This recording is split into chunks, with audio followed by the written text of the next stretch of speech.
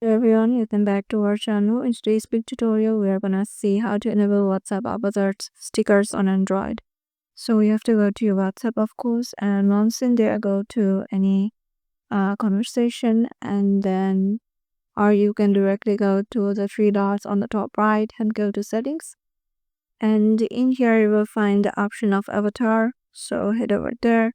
Now here you have to create your avatar. So you have to tap on create your avatar and they will just make an avatar for you, or you can give your here you have to personalize your avatar's appearance and share how you feel with the avatar stickers. And you can also show your avatar on your profile, and after you are done you can just use it as a stickers. So yeah, this is how easily you can do it. If this video will help you out, make sure to give it a thumbs up and subscribe to our channel, and we'll see you in the next video.